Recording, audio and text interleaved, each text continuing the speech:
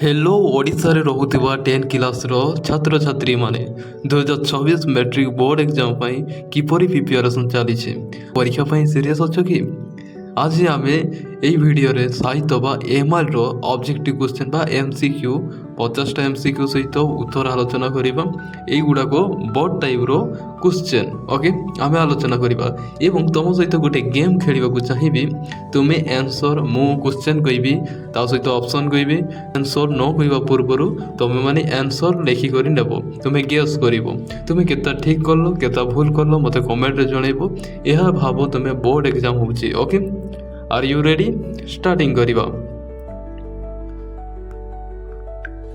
Question number 1 Usha को प्रशंसा करी सती सीता क्यों वाक्यटी कहिजंती ऑप्शन क तुमे बिगोचरा जीवदूष ऑप्शन क तुमे प्रशांत रूप ऑप्शन गो तुमे तिमिर विध्वंसी ऑप्शन घ तुमे जानकी दर्शन तु सत्य ताहले कोटा सठिक आंसर हेबो ताहले जेते बेले उषा को प्रशंसा करी सीता कोन कहिथिले कोन तुमे तिमिर विध्वंसी उषा माने अंधार दूर करी थाई ताहले ऑप्शन ग हेबो सठिक आंसर वर्तमान जीव क्वेश्चन नंबर 2 बिगोचरा जीवदूष निम्नोक्त क्यों अर्थ को बुझा जाउछे ऑप्शन क दैसे पुष्पटित पद्म फूल सदृश आखि जहार ऑप्शन ख दैसे पुष्पटित पद्म फूल सदृश मुख जहार ऑप्शन ग दैसे पुष्पटित पद्म फूल पाखुड़ा सदृश आखि जहार ऑप्शन ग दैसे पुष्पटित पद्म फूलर सौंदर्ययुक्त आखि जहार ताहले बिगोचरा जीवदूषार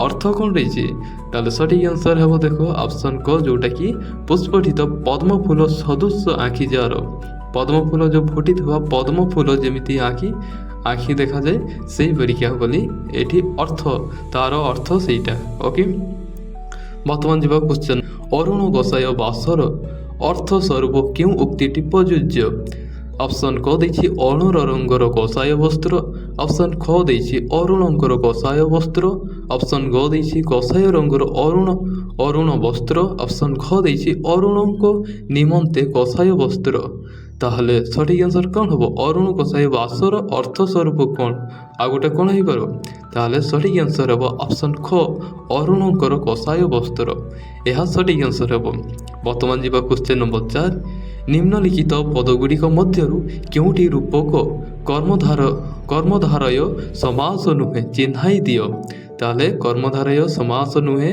तुमको चिन्हैबाकू कहिछि ऑप्शन क दैछि वीणा झंकार ऑप्शन ख दैछि तरंग कर ऑप्शन ग दैछि निहार मुक्त ऑप्शन ग दैछि कर पल्लव ताले कौन हेबो कर्मधारय समास नुहे कोटा ताले कर पल्लव अन्य गुडा कर्मधारय समास किंतु कर पल्लव कर्मधार समास नुहे ओके ऑप्शन घ हेबो सठिक आंसर वर्तमान जीवा क्वेश्चन नंबर 5 सीतांकर अन्य नाम वैदेही हेबार कारण कोन ऑप्शन क दैछि विदेशिनी कन्या ऑप्शन ख दैछि विधेयर कथा ऑप्शन ग दैछि देहहीन कन्या ऑप्शन ख दैछि विशेष देहधारिणी कन्या ताले सठिक हेबो वैदेहीर अर्थ कोन विदेशिनी कन्या थिबारु ताकू वैदेही कह जाइछि वर्तमान जीव क्वेश्चन नंबर 6 जगेश्वरी कौन दूर करने मधुर भाषा रे सीता को डाकी ऑप्शन को भय ऑप्शन ख शोक ऑप्शन ग दुख राशि ऑप्शन घ अंधकार ताले जगेश्वरी दूर करने मधुर भाषा कौन डाकी ऑप्शन ग दुख राशि क्वेश्चन नंबर 6 रो सठिक आंसर है ऑप्शन को दुख राशि वर्तमान जीवा क्वेश्चन नंबर 7 आसन त्याग समय रे सती सीता चित्त फलक कहार प्रतिमूर्ति चित्रित होइथिला ऑप्शन को दैछि अयोध्या ऑप्शन ख दैछि श्री रामंकर ऑप्शन ग दैछि ईश्वरंकर ऑप्शन घ दैछि वाल्मीकिंकर ताले कहार जेते बेले से आसन त्याग ताले श्री रामंकर ऑप्शन ख हम सठिक आंसर वर्तमान जीवा क्वेश्चन नंबर 8 तमसा निजको भाग्यवती बोली काहीकि मने करिसंती ताले ऑप्शन क दैछि वाल्मीकि आश्रम निकट प्रभावित होइथिबारु ऑप्शन ख दैछि मुनि माने ता जल रे स्नान करुथिबारु ऑप्शन ग दैछि ता कोल रे तपोवन थिबारु ऑप्शन घ दैछि सती सीता ता कोल रे स्नान करुथिबारु ताले सठिक आंसर कोन हबो माने तमसा गोटे नदी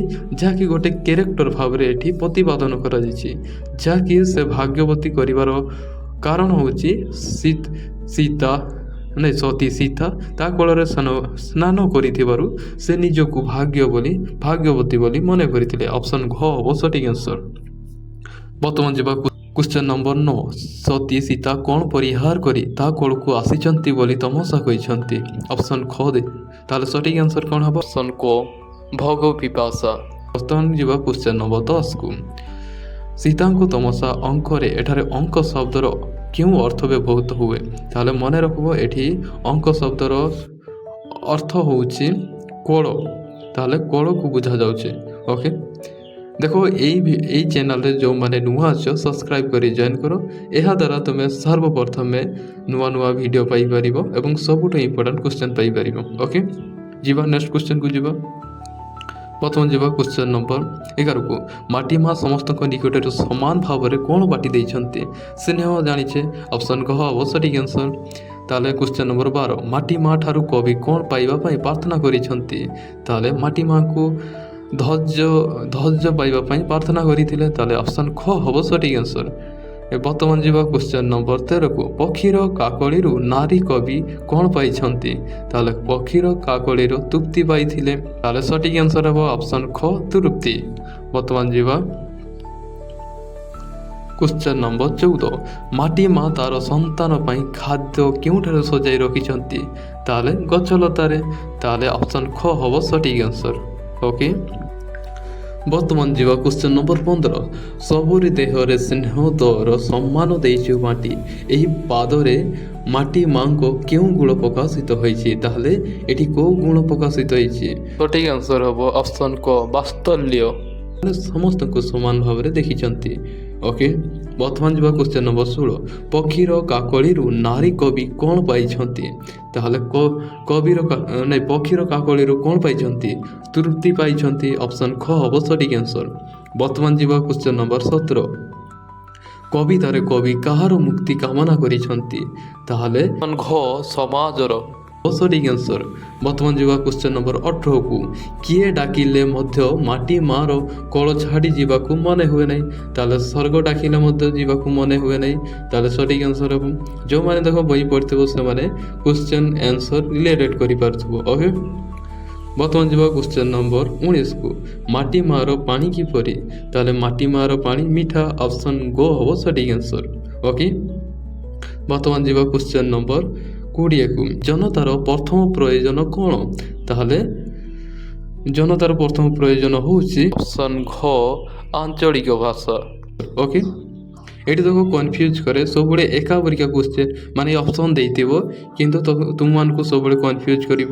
ତେଣୁ ଦେଖ 10 କ୍ଲାସ୍କୁ ଗୋଟେ ଭୟ ଭାବ ନାହିଁ, ଗୋଟେ ଡର ଭାବ ନାହିଁ। ଏହା ଗୋଟେ ଅପରଚ୍ୟୁନିଟି, ଏହା ଥରେ ଆସେ। ତେଣୁ ପ୍ରଥମେ ଡରିବାର ଆବଶ୍ୟକତା ନାହିଁ। ଯେତିକି ଜାଣିଛ ସେତିକି ଇନଭଲ୍ଭ କରିବ ତୁମ ଏକ୍ଜାମ୍ରେ। ତୁମେ ସେଇ ସମୟରେ ଗୋଟେ ବି କ୍ୱେଶ୍ଚନ୍ ଯେମିତି ଛାଡ଼ିକରି ଆସିବ ନାହିଁ, କାରଣ ତୁମର ନେଗେଟିଭ୍ ମାର୍କିଂ ନାହିଁ। ସବୁ ତୁମେ ଭୁଲ କଲେ ବି ମଧ୍ୟ କିଛି ନାହିଁ, କିନ୍ତୁ ସବୁକା ଆଟେଣ୍ଡ କରି ଆସିବ ଯେମିତି। ଦେନ୍ ତୁମେ ଛାଡ଼ିବ ନାହିଁ ମଧ୍ୟ, ଲଙ୍ଗ୍ କ୍ୱେଶ୍ଚନ୍ ହଉ କି ସର୍ଟ କ୍ୱେଶ୍ଚନ୍ ଛାଡ଼ିବ ନାହିଁ, ସବୁ ଗୁଡ଼ାକ କରି ଆସିବ। Okay, question number 21। କେଉଁ ଭାଷା କେନ୍ଦ୍ର ଭାଷା ହେବ ବୋଲି ଗାନ୍ଧିଜୀ ଆହ୍ୱାନ ଦେଇଥିଲେ? ତାହେଲେ କେଉଁ ଭାଷାକୁ ମାନେ କେନ୍ଦ୍ର ଭାଷା ହେବ ବୋଲି ଗାନ୍ଧିଜୀ ଆହ୍ୱାନ କରିଥିଲେ? ତାହେଲେ ନା କେନ୍ଦ୍ର ଭାଷା ବୋଲି ଆହ୍ୱାନ କରିଥିଲେ। ଅପସନ୍ ଗ ହେବ ସଠିକ୍ ଆନ୍ସର। ବର୍ତ୍ତମାନ ଯିବ କ୍ୱେଶ୍ଚନ୍ ନମ୍ବର 22। ଗାନ୍ଧିଜୀ ମାତୃଭାଷାକୁ କିପରି ମୂଲ୍ୟବାନ ମନେ କରିଥିଲେ? ତାହେଲେ ଗାନ୍ଧିଜୀ ମାତୃଭାଷାକୁ କ'ଣ କରିଥିଲେ? ତାହେଲେ ଗୋଟେ ଅମୃତ ପରି ମନେ କରିଥିଲେ। ଅପସନ୍ କ ହେବ ସଠିକ୍ ଆନ୍ସର। ବର୍ତ୍ତମାନ ଯିବା କ୍ୱେଶ୍ଚନ୍ ନମ୍ବର 23। ଇଂରେଜ ଭାଷା ପ୍ରଭାବରେ ଆମ ଦେଶରେ ଭାଷାର ପରିସ୍ଥିତି ଏହିପରି ହେଲା ଯେ ଲୋକେ ମାତୃଭାଷା ନ ଜାଣି ମଧ୍ୟ କ'ଣ ହେଲେ? ତାହେଲେ କ'ଣ କୁହାଯାଇଛି? ଜ୍ଞାନୀ ହେଲେ ବୋଲି କୁହାଯାଇଛି। ଅପସନ୍ ଖ ହେବ ସଠିକ୍ ଆନ୍ସର। ବର୍ତ୍ତମାନ ଯିବା କ୍ୱେଶ୍ଚନ୍ ନମ୍ବର 24। ଇସ୍ରାଏଲର ଆଧୁନିକ ଭାଷାର ନାମ କ'ଣ? ତାହେଲେ ଇସ୍ରାଏଲର ଆଧୁନିକ ଭାଷା ନାମ ହେଉଛି ହିବ୍ରୁ। Question number 25। ନିଜକୁ ପ୍ରକାଶ କରିବା ପାଇଁ ସବୁଠାରୁ ସହଜ ଓ ସ୍ୱାଭାବିକ ମାଧ୍ୟମଟି କ'ଣ? ତାହେଲେ ମାତୃଭାଷା। ଅପସନ୍ ଘ ହେବ ସଠିକ୍ ଆନ୍ସର। Question number 26। ଗଣତନ୍ତ୍ରର ମୂଳମନ୍ତ୍ର କ'ଣ? ତାହେଲେ ଜନତା। ତାହେଲେ ଜାଣିଛନ୍ତି ଜନତାମାନଙ୍କୁ ସେମାନେ ଯଦି ମୂଳମନ୍ତ୍ର ହେଉଛି ଜନତା ଉପରେ, ତାଙ୍କର ଉପରେ ଜନତା ହିଁ ସେମାନଙ୍କୁ ଭୋଟ ଦେଇ ଜିତେଇବେ। ଗଣତନ୍ତ୍ରର ସବୁବେଳେ ଜନତା ଉପରେ ମୂଳମନ୍ତ୍ର ଥାଏ। Question number 27। 1866ରେ ଉତ୍କଳ ଦୀପିକା ପତ୍ରିକାର ସମ୍ପାଦନା କିଏ କରିଥିଲେ? ତାହେଲେ ଗୌରୀଶଙ୍କର ରାୟ। ଅପସନ୍ ଗ ହେବ ସଠିକ୍ ଆନ୍ସର। କ୍ୱେଶ୍ଚନ୍ ନମ୍ବର 28 1822 ମସିହାରୁ ଖ୍ରୀଷ୍ଟିଆନ ମିଶନାରୀ ମାନେ ଓଡ଼ିଶାରେ କ'ଣ ପ୍ରତିଷ୍ଠା କରିଥିଲେ? ତାହେଲେ ମିଶନ। ଅପସନ୍ ଗ ହେବ ସଠିକ୍ ଆନ୍ସର। କ୍ୱେଶ୍ଚନ୍ ନମ୍ବର 29 ବିବେକାନନ୍ଦଙ୍କର ପ୍ରଥମ ଶିଷ୍ୟ ଶରତ ଗୁପ୍ତଙ୍କର ସନ୍ନ୍ୟାସୀ ନାମ କ'ଣ ଥିଲା? ତାହେଲେ ସ୍ୱାମୀ ସଦାନନ୍ଦ। ଅପସନ୍ କ ହେବ ସଠିକ୍ ଆନ୍ସର। କ୍ୱେଶ୍ଚନ୍ ନମ୍ବର 30 ଭୋକିଲା ପେଟରେ ଧର୍ମ ଅନାବଶ୍ୟକ ଏକଥା କିଏ କହିଥିଲେ? ତାହେଲେ ରାମକୃଷ୍ଣ ପରମହଂସ କହିଥିଲେ। ଅପସନ୍ ଗ ହେବ ସଠିକ୍ ଆନ୍ସର। କ୍ୱେଶ୍ଚନ୍ ନମ୍ବର 31 କେଉଁମାନଙ୍କୁ ହରାଇ ନରେନ ସଂସାରରେ ଏକୁଟିଆ ହୋଇଗଲେ? ତାହେଲେ ଦୁଇ ପିତାଙ୍କୁ। ଅପସନ୍ ଗ ହେବ ସଠିକ୍ ଆନ୍ସର। କାରଣ ନିଜ ପିତା ଏବଂ ନିଜ ଗୁରୁକୁ ହରାଇ ସେ ସଂସାରରେ ଏକୁଟିଆ ହୋଇଗଲେ ବୋଲି କୁହାଯାଇଛି। ଓକେ। କ୍ୱେଶ୍ଚନ୍ ନମ୍ବର 32 ଧ୍ୟାନ ଧାରଣା ଯୋଗ ଓ ସମାଧି କାହାର ଆଦର୍ଶ ଅଟେ? ଏହା ସନ୍ନ୍ୟାସୀର ଆଦର୍ଶ। ଅପସନ୍ ଘ ହେବ ସଠିକ୍ ଆନ୍ସର। ଯେଉଁମାନେ ଲଙ୍ଗ୍ କ୍ୱେଶ୍ଚନ୍ ଦେଖିନାହଁ ଏଇ ଦେଖ ଏଠି ମାନେ ଏଇ ଭିଡ଼ିଓରେ ତୁମେ ଟୋଟାଲ୍ ଲଙ୍ଗ୍ କ୍ୱେଶ୍ଚନ୍ ସିଲେକ୍ସନ୍ ଦିଆଯାଇଛି। ତୁମେ ପ୍ରାକ୍ଟିସ୍ କରି ଯିବ ବେଟର୍ ରଖିପାରିବ। ଓକେ। ନ ଦେଖିକରି ପ୍ରାକ୍ଟିସ୍ କରିବ ସାହିତ୍ୟରେ। କ୍ୱେଶ୍ଚନ୍ ନମ୍ବର 33 ଭାରତର ଦକ୍ଷିଣ ସୀମାନ୍ତର ପୂର୍ଣ୍ଣଭୂମି କିଏ? ତାହେଲେ କନ୍ୟାକୁମାରୀ। ଅପସନ୍ ଗ ହେବ ସଠିକ୍ ଆନ୍ସର। କ୍ୱେଶ୍ଚନ୍ ନମ୍ବର 34 କେଉଁଠି ଫକୀର ମୋହନଙ୍କ ଏକ ରମ୍ୟ ରଚନା ଅଟେ? ତାହେଲେ ରମ୍ୟ ରଚନା କେଉଁଟା? ସଠିକ୍ ଆନ୍ସର ହେବ ଅପସନ୍। କ୍ୱେଶ୍ଚନ୍ ନମ୍ବର 35 ନଙ୍କ ଦୁର୍ଭିକ୍ଷ କେବେ ଦେଖା ଦେଇଥିଲା? ତାହେଲେ ନଙ୍କ ଦୁର୍ଭିକ୍ଷ 1867 ମସିହାରେ। ଅପସନ୍ ଘ ହେବ ସଠିକ୍ ଆନ୍ସର। କ୍ୱେଶ୍ଚନ୍ ନମ୍ବର 36 କିଏ ପ୍ରାଚୀ ସମିତି ଗଠନ କରିଥିଲେ? ତାହେଲେ ପ୍ରାଚୀ ସମିତି କିଏ ଗଠନ କରିଥିଲେ? ସଚି ରାଉତରାୟ। ତାହେଲେ ଅପସନ୍ କ ହେବ ସଠିକ୍ ଆନ୍ସର। କ୍ୱେଶ୍ଚନ୍ ନମ୍ବର 37 ଭାଗ୍ୟ କାବ୍ୟ ଦରବାରର ସୃଷ୍ଟିକର୍ତ୍ତା କିଏ? ତାହେଲେ ଭାଗ୍ୟ କାବ୍ୟର ଦରବାର ସୃଷ୍ଟିକର୍ତ୍ତା ହେଉଛନ୍ତି କବିବର ରାଧାନାଥ ରାୟ। ଅପସନ୍ ଗ ହେବ ସଠିକ୍ answer. Question number 38 Sarala Mahabharata ଉପରେ ପ୍ରଥମ ପୌରାଣିକ ଆଲୋଚନା ଗ୍ରନ୍ଥ ନାମ କ'ଣ?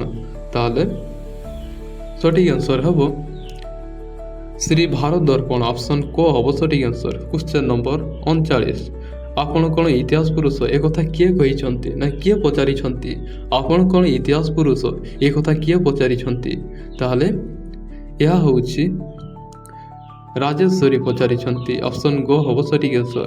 କ୍ୱେଶ୍ଚନ୍ ନମ୍ବର 40 ସାମ୍ରାଜ୍ୟ ରକ୍ଷା ଅଥବା ବିସ୍ତାର କରିବା ପାଇଁ କାହାର ବ୍ୟବହାର କରିବାକୁ ହୁଏ? ତାହେଲେ କୂଟନୀତିର ବ୍ରହ୍ମାସ୍ତ୍ର। ଅପସନ୍ କ ହେବ ସଠିକ୍ ଆନ୍ସର। ଦେଖ MCQ ବହୁତ ଇଜି, କେବଳ ଆନ୍ସର ଗୁଡ଼ାକ ମନେ ରଖିଯିବାର ଅଛି। ତୁମକୁ ଯେତେବେଳେ କ୍ୱେଶ୍ଚନ୍ ଦେଖିବ ସେତେବେଳେ ଆନ୍ସର ଅଟୋମେଟିକାଲି ମନେ ଆସିଯିବ। ତେଣୁ ଡାଇରେକ୍ଟ କ୍ୱେଶ୍ଚନ୍ ସହିତ ଆନ୍ସର ମନେ ରଖିବାକୁ ଟ୍ରାଏ କର। ଓକେ। ସେତେବେଳେ ଡାଇରେକ୍ଟ ତୁମର ଆନ୍ସର ମନେ ଆସିଯିବ। କେବଳ ତୁମକୁ ଥରେ ଥରେ ପଢ଼ିଦେବାର ଅଛି। ଓକେ। କ୍ୱେଶ୍ଚନ୍ ନମ୍ବର 41 ଅଶ୍ୱସ୍ଥ ଗଛ ମୂଳେ ବସି କିଏ ପରମ ଜ୍ଞାନ ଲାଭ କରିଥିଲେ? ତାହେଲେ ଅଶ୍ୱସ୍ଥ ଗଛ ମୂଳେ ବସି ମହାବୀର ପରମ ଜ୍ଞାନ ଲାଭ କରିଥିଲେ। ଅପସନ୍ କ ହେବ ସଠିକ୍ ଆନ୍ସର। କ୍ୱେଶ୍ଚନ୍ ନମ୍ବର 42 କିଏ ଅଛି ଏଇ ଗଛରେ? ନାଟି କିଏ ଛାଇ ନା ତାର କାଠ କିଛି କାମରେ ଆସୁଛି? ଗଛ ଏ କଥା ନଟବର କେଉଁ ଗଛକୁ ଲକ୍ଷ୍ୟ କରି କହିଛନ୍ତି? ଅପସନ୍ ଘ ହେବ ସଠିକ୍ ଆନ୍ସର। କ୍ୱେଶ୍ଚନ୍ ନମ୍ବର 43 ଛାମୁ ସୌନ୍ଦର୍ଯ୍ୟର ପୂଜାରୀ ଏକଥା କିଏ କହିଥିଲେ? ତାହେଲେ ସେନାପତି କହିଥିଲେ। ଅପସନ୍ ଖ ହେବ ସଠିକ୍ ଆନ୍ସର। କ୍ୱେଶ୍ଚନ୍ ନମ୍ବର 44 ଶଙ୍କରା ତରୁଣ ଛନ୍ଦରେ କେତୋଟି ପାଦ ଥାଏ? 4ଟି। ଅପସନ୍ ଖ ହେବ ସଠିକ୍ ଆନ୍ସର। କ୍ୱେଶ୍ଚନ୍ ନମ୍ବର 45 କାହାକୁ ପଦ୍ୟ ରଚନାର ବୈଶିଷ୍ଟ୍ୟ ଭାବରେ ବିଚାର କରାଯାଇଛି? ଅପସନ୍ ଗ ହେବ ସଠିକ୍ ଆନ୍ସର। କ୍ୱେଶ୍ଚନ୍ ନମ୍ବର 46 ଟପି ଟପି ଗୋପୀଚନ୍ଦନ ମଣ୍ଡିଛନ୍ତି କି ସଜେ ଟେକିବାରେ ଚାହା ମଧୁରା ଦାଣ୍ଡେ ଗୋବିନ୍ଦ ବିଜେ? ତାହେଲେ ଏହା କେଉଁ ଛନ୍ଦ ରଚିତ? ତାହେଲେ ଏଇ ଛନ୍ଦଟା ଏଇ କବିତାଟି କେଉଁ ଛନ୍ଦରେ ରଚିତ? ତାହେଲେ ସଠିକ୍ ଆନ୍ସର ହେବ ଅପସନ୍ ଘ। କ୍ୱେଶ୍ଚନ୍ ନମ୍ବର 47 ବର ଜୀବ ବରସେ ଦେଇ ମାନସ ବରିଜି ବରସେ ଅମଧ୍ୟ ଗ୍ରାସ ଏଥିରେ କେଉଁ ଅଳଙ୍କାର ପ୍ରଯୁଜ୍ୟ? ତାହେଲେ କେଉଁ ଅଳଙ୍କାର ଲାଗିଛି? ତାହେଲେ ସଠିକ୍ ଆନ୍ସର ହେବ ଯମଜ ଅଳଙ୍କାର ଲାଗିଛି। କ୍ୱେଶ୍ଚନ୍ ନମ୍ବର 48 ଯେଉଁଠାରେ ଉପମାନ ଓ ଉପମେୟ ସମାନ ଧର୍ମ ବିଶିଷ୍ଟ ହୋଇଥାନ୍ତି ଓ ସେମାନଙ୍କ ମଧ୍ୟରେ ଥିବା ସଦୃଶ ଉପମାବାଚକ ଶବ୍ଦ ଦ୍ୱାରା ଅଭିହିତ ହୋଇଥାଏ ସେଠାରେ କି ଅଳଙ୍କାର ହୁଏ? ତାହେଲେ ସଠିକ୍ ଆନ୍ସର ହେବ ଉପମା ହେଇଥାଏ। ତାହେଲେ ଉପମାବାଚକ ଅଳଙ୍କାର ହୁଏ। ଅପସନ୍ ଗୋ ହେବ ସଠିକ୍ ଆନ୍ସର। ବର୍ତ୍ତମାନ ଯିବା କ୍ୱେଶ୍ଚନ୍ ନମ୍ବର ଅଣପଚାଶ କୁ ଯାହା ଦ୍ୱାରା ଅର୍ଥ ରମଣୀୟ ଓ ଚିତ୍ତକର୍ଷ ହୁଏ ତାହାକୁ କି ଅଳଙ୍କାର କୁହାଯାଏ? ଏଇଟା ମନେ ରଖିବ, ଶବ୍ଦ ଅଳଙ୍କାର। ଅପସନ୍ କ ହେବ ସଠିକ୍ ଆନ୍ସର୍।